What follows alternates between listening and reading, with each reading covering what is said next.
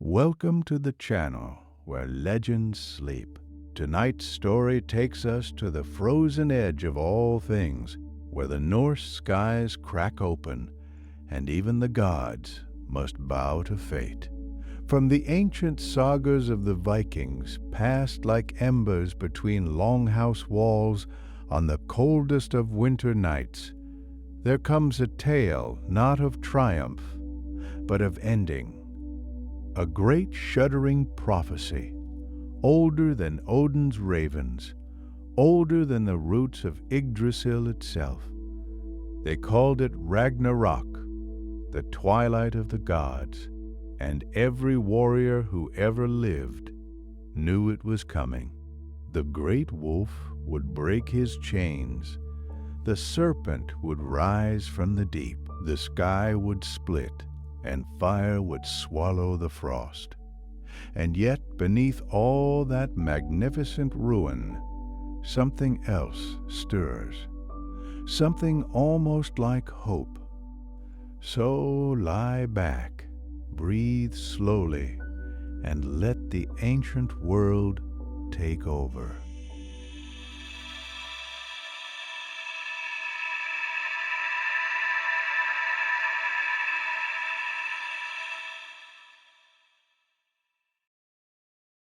There was a time, long before memory had a name, when the world was held together by roots.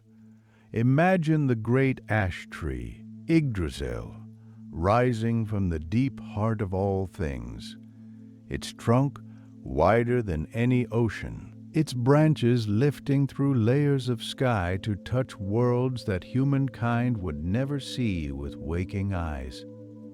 Fog moved slowly through its upper boughs. Ice gathered and melted along its ancient bark. And from its roots, drinking from 3 sacred wells hidden in shadow and stone, the tree drew something older than time itself, the quiet knowing of what had been, what one day must come. From that tree, 9 worlds were suspended like lanterns in the dark. There was Asgard, high and golden, where the gods made their home. There was Midgard, the middle world, where men and women built their fires and told their stories and looked up at the stars and wondered. Beneath and around these stretched the other realms. The frost kingdoms of Niflheim and Jotunheim, the fire world of Muspelheim, where flames had burned since before the first morning, the green halls of Vanaheim, the deep mines of Svartalfheim, and the quiet gray shore of Helheim, where the dead went to rest when their time was done. Each world had its own light and its own silence.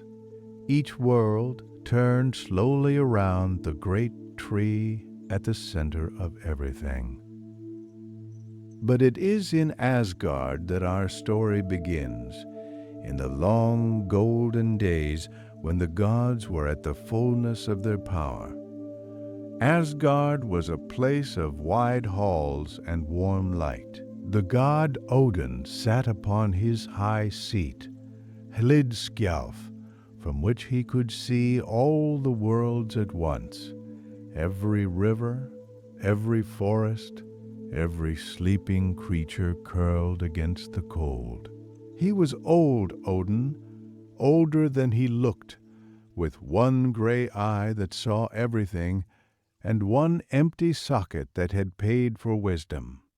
On his shoulders rested 2 ravens, Hugin and Munin, Thought and Memory, who flew out each morning across all the worlds and returned each evening to whisper into his ears the news of everything that moved and breathed and troubled the deep places of the earth. Thor walked the meadows of Asgard with his great hammer resting easy at his side, his laughter rolling like distant summer thunder.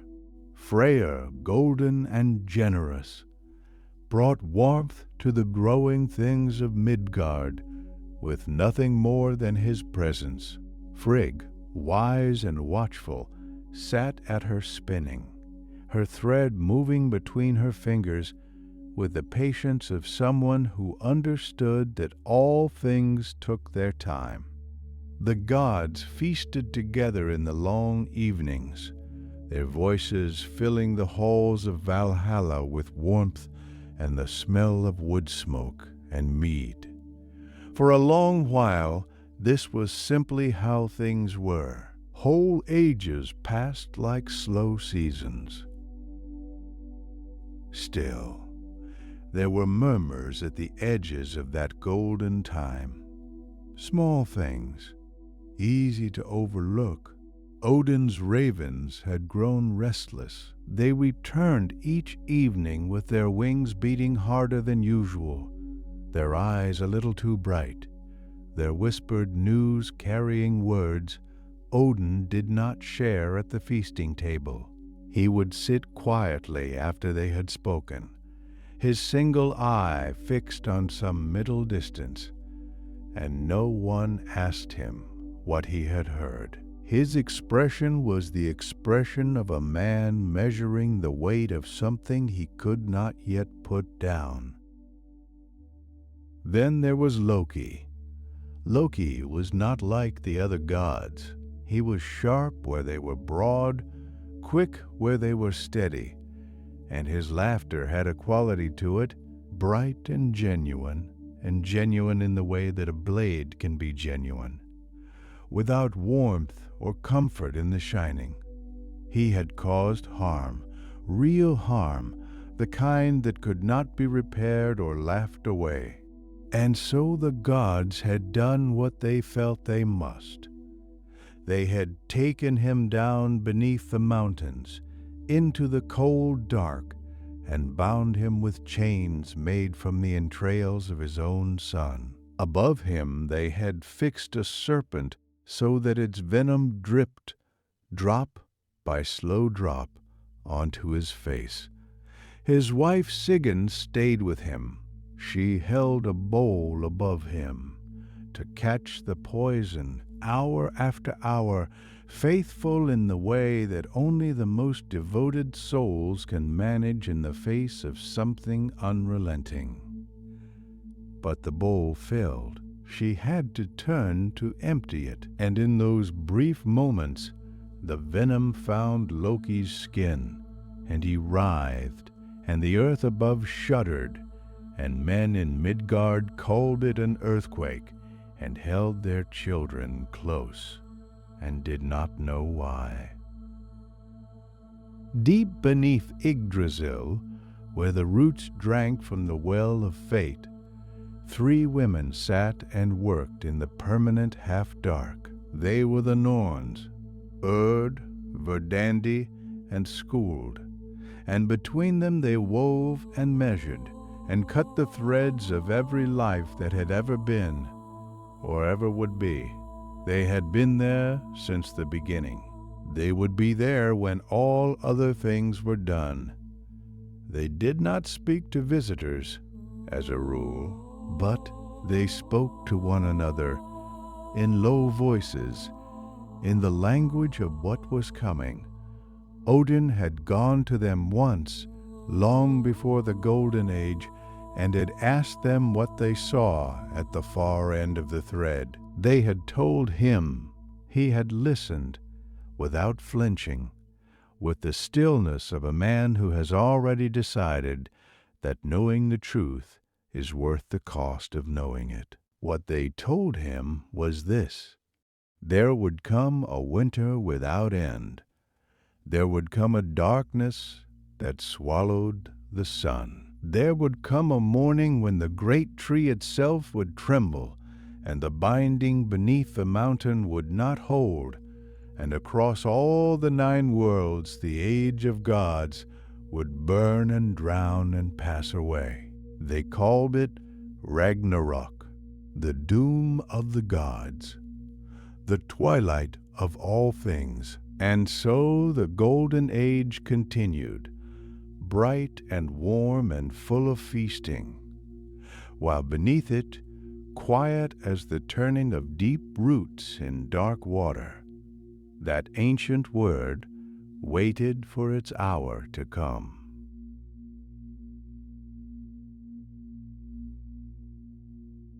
The first sign was the cold.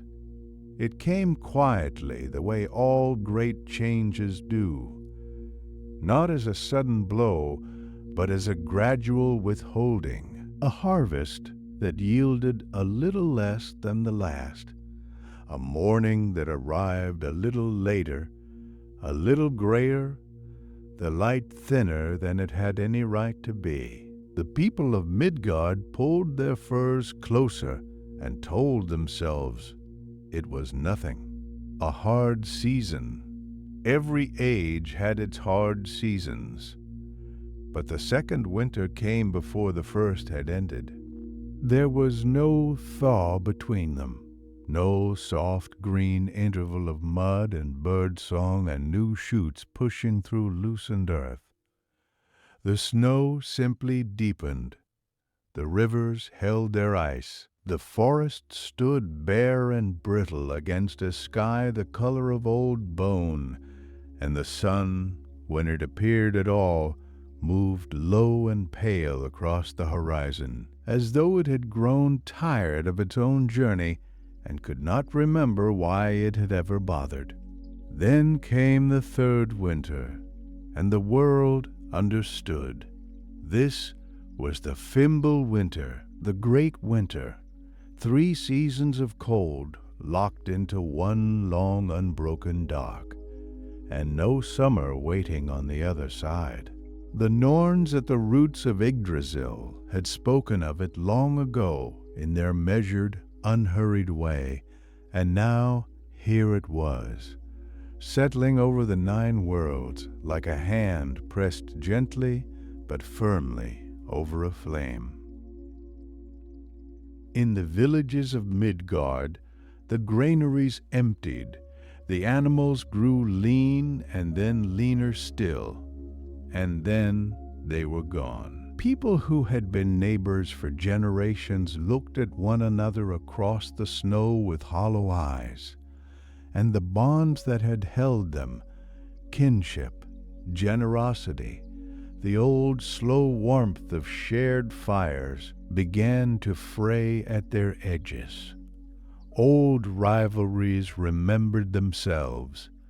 Borders that had meant nothing began to mean everything. It was said that brothers lifted weapons against brothers in those years, and that no one could quite explain afterward how it had come to that. The gods watched from Asgard, and even there the light seemed thinner. Odin sat long in his high seat, his ravens Hugin and Munin returning each evening with word from across the worlds. What they told him he kept to himself.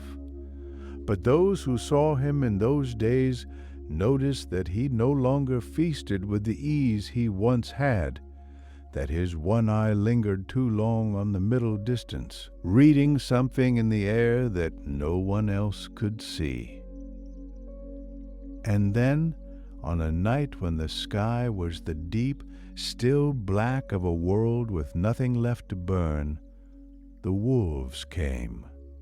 Skoll had hunted the sun since the earliest days of the world. He ran always just behind her across the arc of the sky, close enough that she felt his breath, but never, not once in all the long ages, close enough to catch her. It was the nature of the chase. The gods had always said it would go on forever. It was simply how things were. But forever, it turned out, had an end. In the Fimbul winter, with the sky low and the light already failing, Skoll finally closed the distance. The sun did not cry out. She simply vanished, swallowed whole, and the sky went dark in a way it had never been dark before. not the familiar dark of night with its quiet stars and its sense of rest, but a deeper dark, an absence where something warm had been. Not long after, his brother Hati caught the moon. The stars, untethered now, began to fall. Across the worlds, the seas shifted. Something vast moved beneath the waters of the deep ocean, something that had slept in coils around the roots of the world for longer than memory, and now stirred, dreaming of open water and sky. The Midgard serpent turned in the depths, and where it turned, the ocean swelled and heaved, and waves rolled outward toward shores that had known nothing but stillness. Yggdrasil trembled, only slightly, only the way a great tree trembles when something far below its roots moves in the dark. But those who knew how to listen heard it. The ash tree, the great world pillar, the silver-limbed spine of all that existed, shivered from its deepest root to its highest bough, and deep beneath a mountain, in the cold dark where he had lain for an age beyond counting, Loki felt it too. He had been there so long, long enough that the stone above him had become familiar, that the slow drip of the serpent's venom, caught by his faithful wife Sigyn in her bowl, carried away before it could reach his face, had become the only rhythm left in his world. Long enough that the other gods feasting in their bright halls had perhaps begun to believe he would simply remain there, that the punishment would hold, that some things once bound stayed bound. But the world was loosening. He felt it in the mountain itself, a faint vibration, low and resonant, like the final note of a song held just past the point where it should have ended. The chains that bound him, forged in the old way from things that should not have existed, began to shift. They did not break all at once. Nothing so vast as this ends all at once. But they moved, and in moving they told him what he already knew. The hour had come. When the chains finally gave way, there was no great sound, no rending of stone nor thunder rolling through the deep. There was only a stillness, and then the absence of constraint, and then Loki rose, slowly, stiffly, like something that has been still for a very long time, and must relearn the fact of its own body. His laughter, when it came, was soft at first, but it carried. It moved through the rock and the soil and the frozen roots of the world, rising upward through all the layers of the 9 worlds, the way heat rises through still air. Unhurried, unstoppable, finding every hollow space and filling it. In the deep halls of Niflheim the shadows stirred. On the ice plains of Jotunheim the frost giants raised their heads. Aboard the shore where the great ship waited, that pale, silent ship built from the nails of the dead, something like an expectant breath moved across the still, cold water.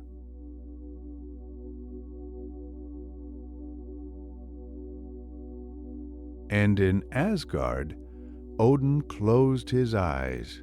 He had known this moment was coming. He had always known. That was perhaps the hardest thing of all, to have carried the knowledge so long, through so many golden years, through all the feasting and the light and the warmth of a world that had not yet remembered what it was destined to become.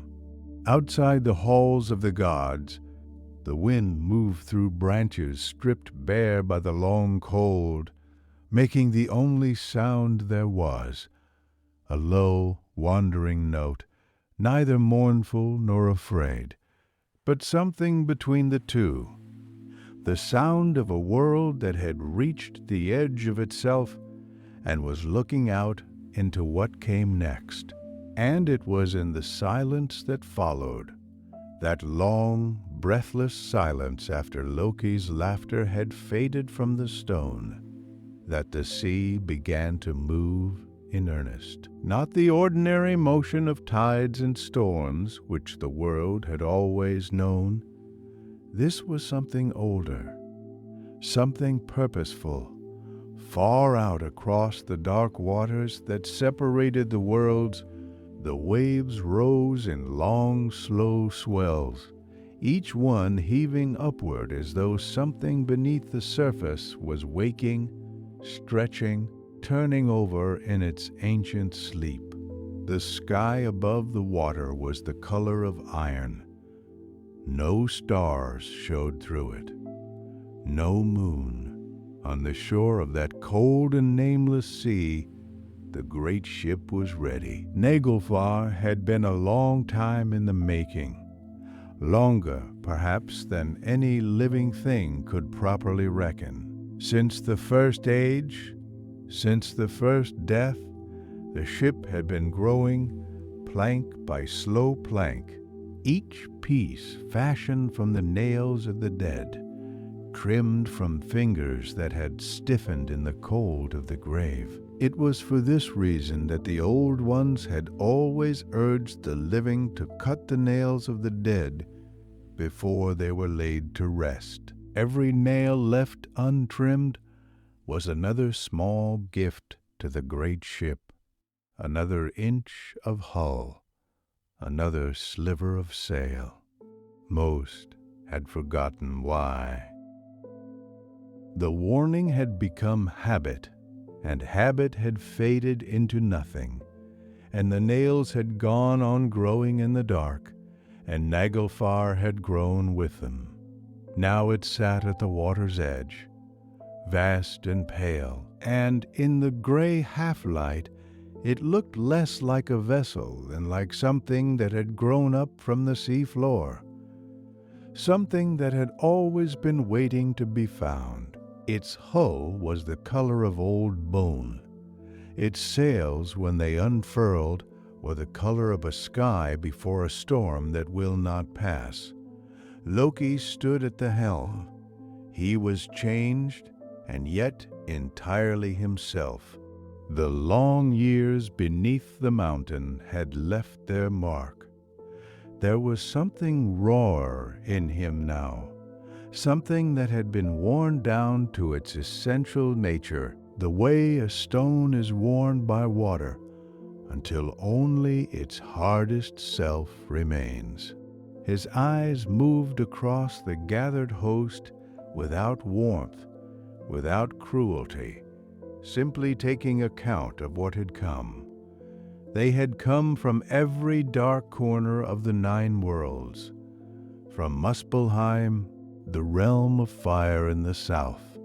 Surt led his host, vast and silent, his sword burning with a light that was nothing like the light of the sun, nothing like anything meant to illuminate or warm, but only to consume. The fire giants moved behind him in long, slow columns, and the heat of them turned the iron-gray air above the water into something that shimmered and warped. From Niflheim, from the frozen shores beneath the roots of the great tree, came the others, shades and shadows, frost giants whose shoulders were broad as hillsides, creatures that had no names in any living tongue, only in the language of the dead. The ship took them all. Slowly, without ceremony, Naglfar slipped away from the shore. The water barely moved as it went, as though the sea itself was holding still, reluctant to make a sound. The great pale hull slid forward, and the host upon it stood in silence, and the shoreline fell away behind them into the dark. Far above, at the edge of all the worlds, Heimdall was watching. He had always been watching. That was his nature, his purpose, the whole of what he was, a sentinel set at the boundary between the known and the unknown, given eyes that could see across unimaginable distances, ears that could hear the sound of wool growing on a sheep's back, of grass pushing up through winter earth. He had stood at his post since the beginning, and he had grown accustomed to the quiet. But now the quiet had changed its character entirely, and Heimdall felt it the way you feel a change in pressure before a storm. Not heard, not seen, but known in the body, in some place beneath thought. He raised the Jallar horn to his lips. The sound it made was not a sound that belonged to ordinary things. It moved outward from the boundary of the worlds in all directions at once, low and full and resonant. And it did not fade as it traveled, but seemed instead to grow, to find new volume in the silence it was crossing. It rolled across the frozen plains. It moved down through the roots of Yggdrasil. It reached into every hall and every hollow place in all the 9 worlds, and everything that heard it understood, without any need for words, what it meant.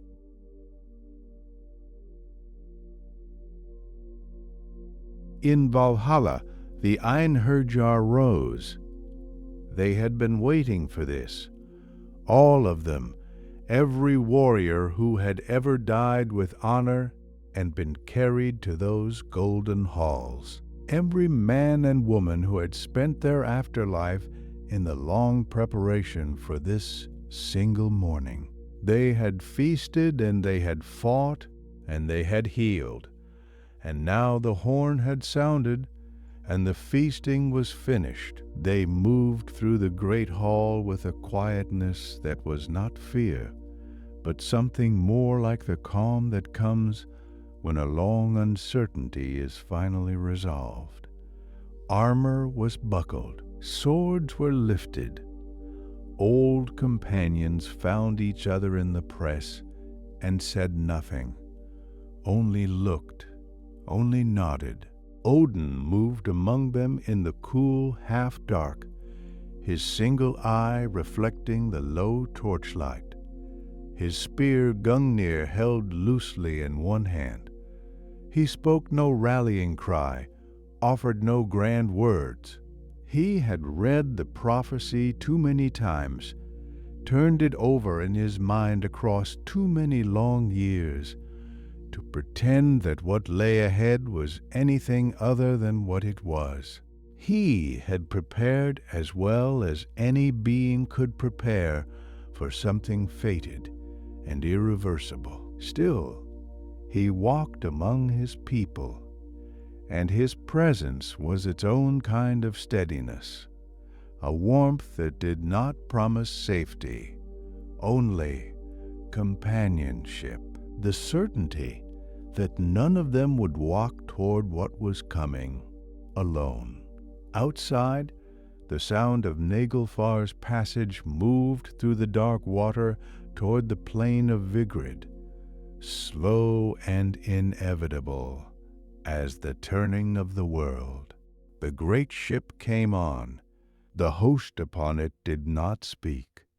And across all the 9 worlds, everything that lived and breathed grew very still, as though the air itself were listening for what would come next. The plain of Vigrid was vast beyond the measure of any eye. It stretched to the edges of sight in every direction, a wide, pale expanse of earth that had never known the weight of a house or the furrow of a plow, as though the land itself had always known it was being kept for this one purpose. When the first of the armies set foot upon it, the ground gave no sound, no cry. It simply received them as the sea receives a stone. They came from every direction at once. The Einherjar came first, pouring down from the gates of Asgard in columns that stretched as far back as the eye could follow. Warriors who had spent lifetimes in Valhalla, feasting and fighting and waiting for the only morning that truly mattered. They came in silence, and the silence had weight. Behind them walked the gods, unhurried, each one carrying their own kind of stillness. Odin moved at the head of everything, his gray cloak heavy with old wind, his one eye turned outward toward the churning dark at the far edge of the plain. And from the other side came the host of Naglfar, the frost giants roiling and vast, the creatures of shadow and ruin moving between them like smoke given form. And at their center, Loki, walking with neither haste nor hesitation, his face holding the same expression it had always held in the deepest part of his nature, beneath every mask he had ever worn. Something that was not quite grief and not quite joy. The two sides regarded each other across the width of the plain. Then Fenrir came. The wolf was a thing the world had no proper language for. His upper jaw scraped the vault of the sky. His lower jaw dragged along the ground. Flames poured from his eyes and from between his teeth. And where those flames touched the earth blackened and split open. He had been bound for longer than most things in the world had existed, and now the cord was gone, and the hunger that had accumulated across all those ages was loose at last. Odin saw him coming. Odin walked forward to meet him. There is no story told, no memory preserved, of what the All-Father thought in those last moments. He had known this was coming since before the first winter frost had ever fallen on the world. He had sacrificed his eye, hung himself on the world tree, sent his ravens into every dark corner of the cosmos, and none of it had changed the shape of the end. Perhaps he walked forward simply because it was the thing in front of him to do. Perhaps that is a kind of courage no word quite covers.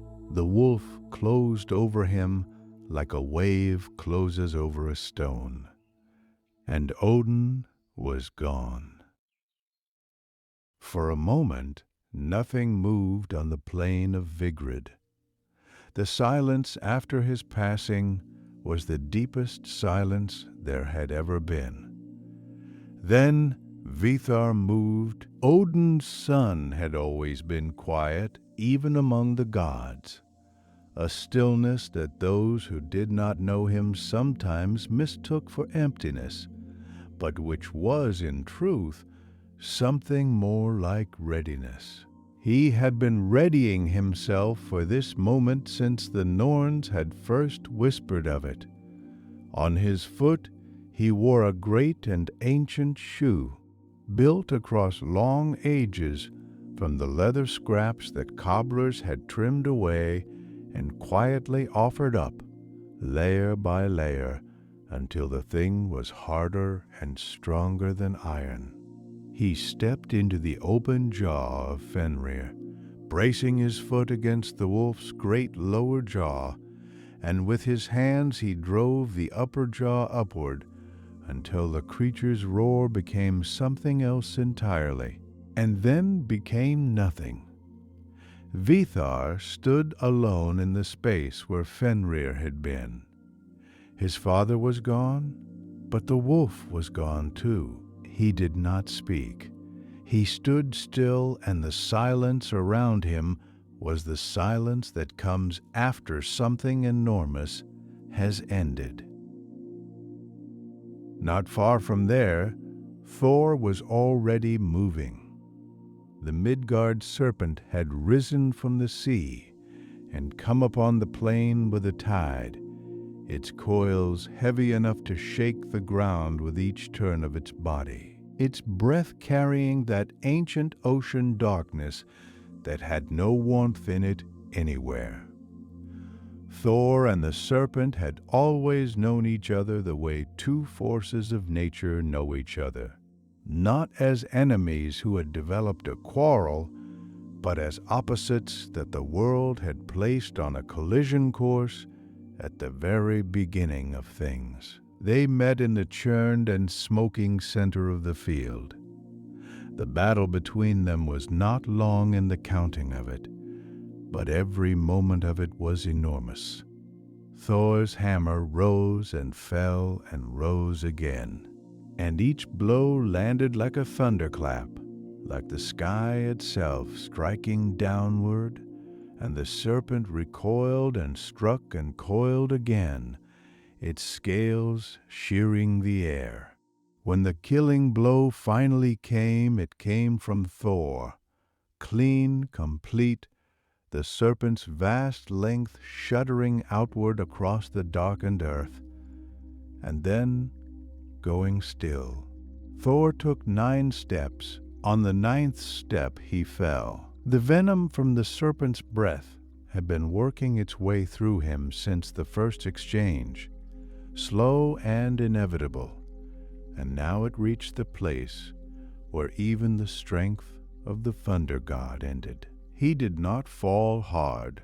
He lowered himself almost the way a tree lowers itself when the last of what held it upright finally gives. 9 steps was all the distance he had left, and he had used every one of them.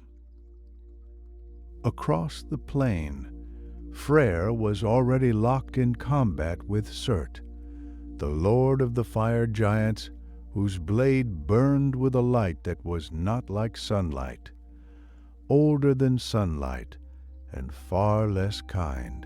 Freyr fought well.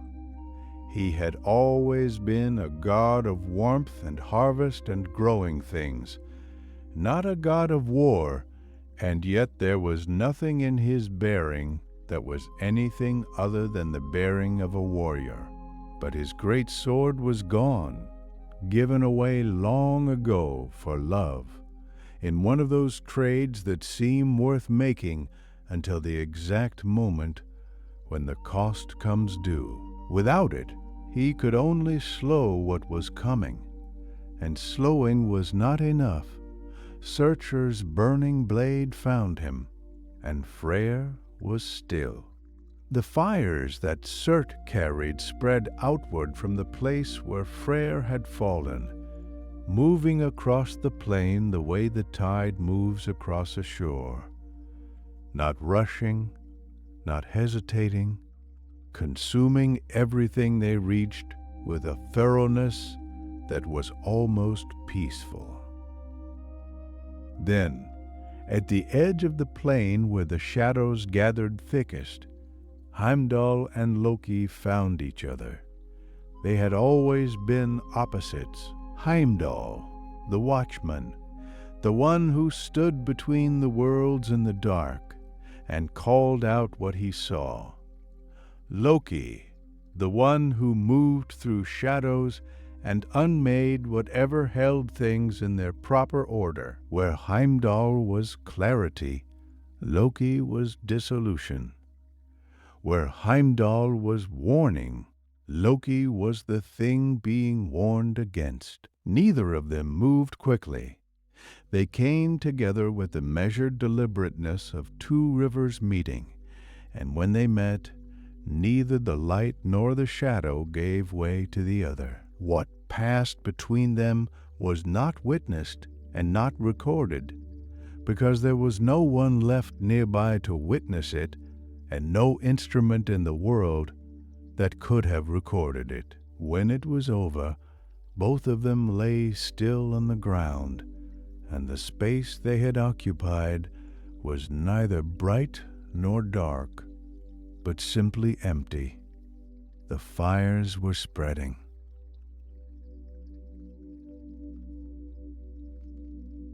Yggdrasil, the great ash tree that held the 9 worlds in its branches and its roots, had stood through every age, through every storm and season, through every calamity the worlds had ever known.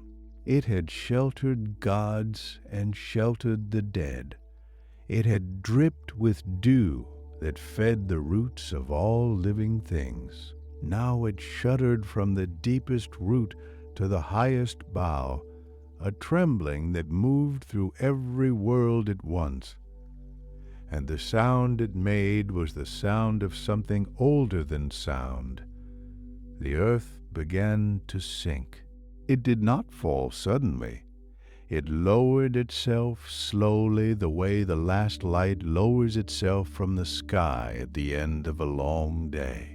The seas rose to meet it, gray and immense and unhurried, and the waters that had once churned with the passage of Naglfar now moved with a stillness that was close to tenderness, covering the scorched plain, covering the mountains and the valleys and the roots of the great tree, covering everything that the fire had not already taken. The stars trembled. One by one they went out. What was left was not darkness exactly, or if it was darkness, it was the kind that holds something within it, the way a closed fist holds what it has gathered. The 9 worlds were gone beneath the water, and the water was still, and over the water there was nothing but the deep and waiting dark. Everything that had been was now quiet, and the quiet held. For a long time there was only that stillness, no wind, no wave, no voice calling across the dark, just the deep water lying flat beneath a sky that had forgotten what light was, holding its breath the way a dreamer holds theirs in the last moment before waking. Then, slowly, so slowly that it was less like an event and more like a memory returning, something moved beneath the surface. Not a creature, not a hand reaching upward, something older than either of those things. The earth itself, patient and unhurried, remembered what it had always known how to do. It rose, first as a shadow beneath the water, a darkness within darkness, a shape that had no name yet. Then as a curve of land, breaking the surface, streaming with silver, shedding the sea from its back, the way a sleeper sheds a dream. Grass followed, impossibly green, brighter than anything the old world had known, as though the land had been resting all this time, and had returned, not broken but healed. Trees unfolded from the hillsides. Rivers threaded themselves between the new meadows and found their way, as rivers always do, toward the sea. Waterfalls caught what little light existed and made it into something more. The world was quiet in a way it had never quite been before. not the silence of absence, but the silence of a morning so still and fresh that no one yet wishes to disturb it. And into that morning, one by one, came the survivors. They found each other the way lost travelers find a fire, drawn by something they could not name, following a warmth that preceded the sun itself. They came to the meadow where Asgard had once stood, though no trace of those golden halls remained. The grass grew there undisturbed, soft and wet with dew, and the sky above it was the pale silver of earliest dawn. Vidar came first, the silent god whose great strength had always lived in stillness.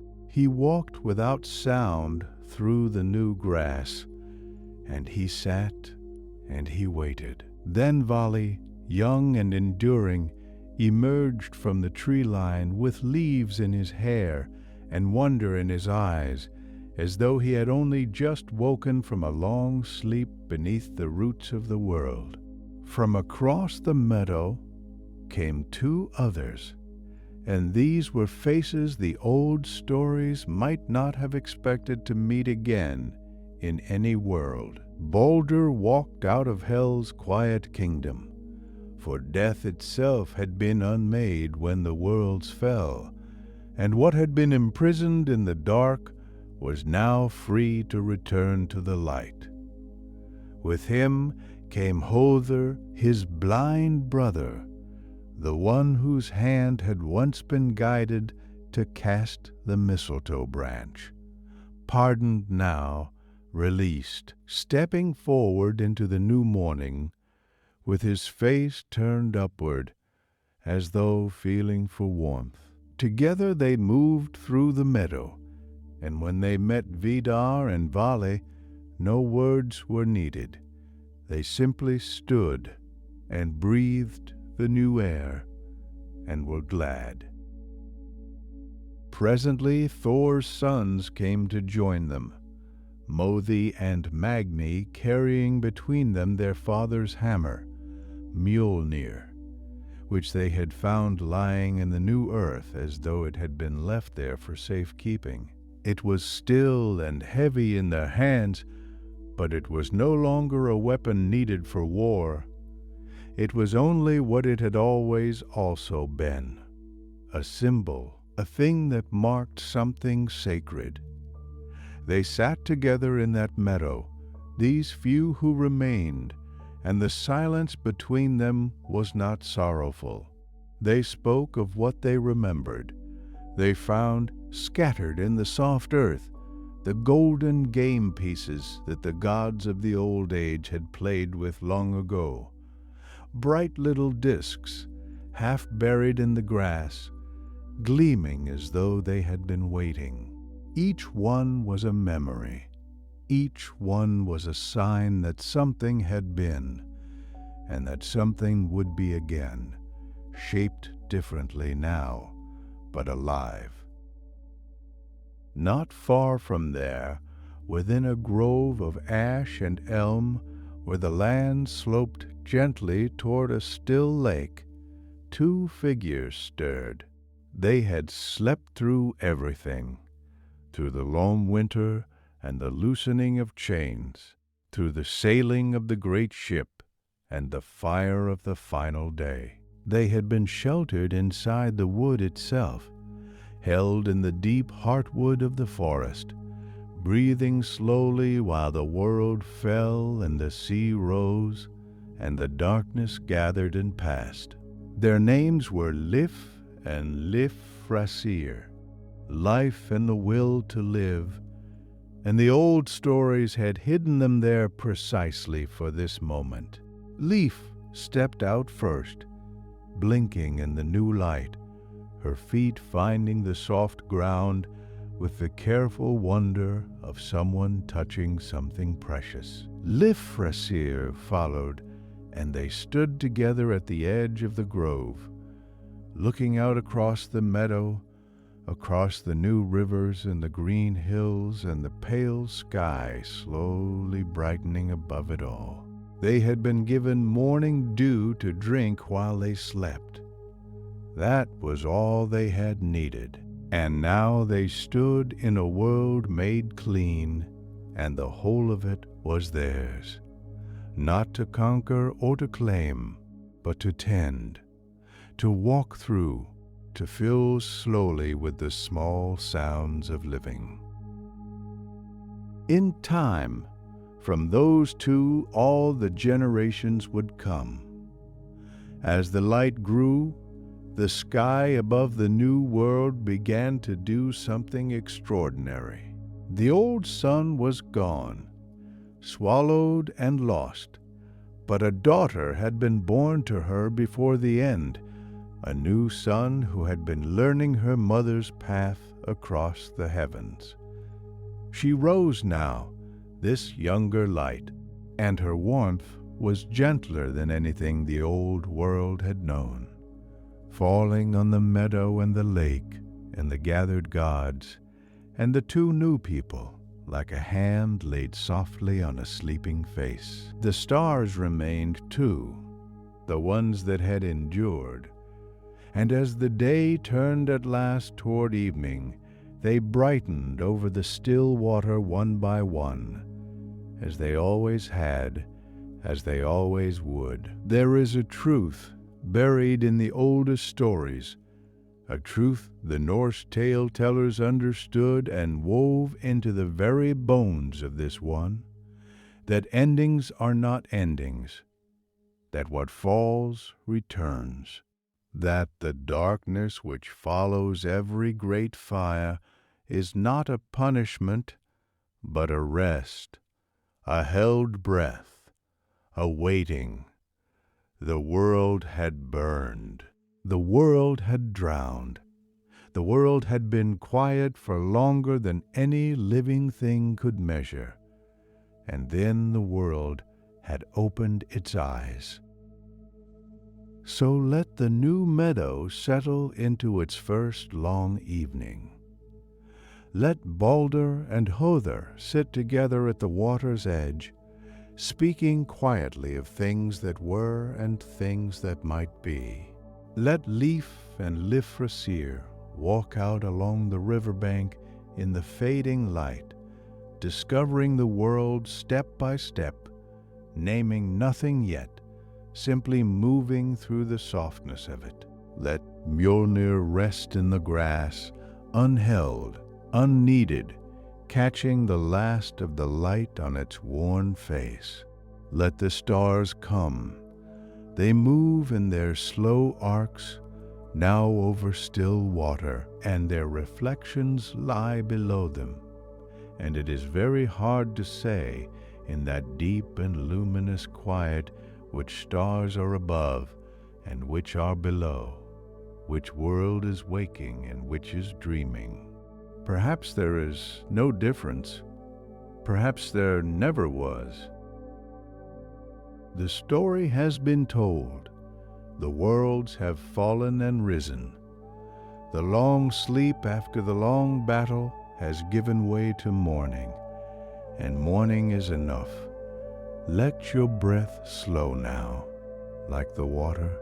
Let the light above and the light below become one soft, silver thing. The world is quiet, the world is new, and there is nothing left to carry into the dark but rest.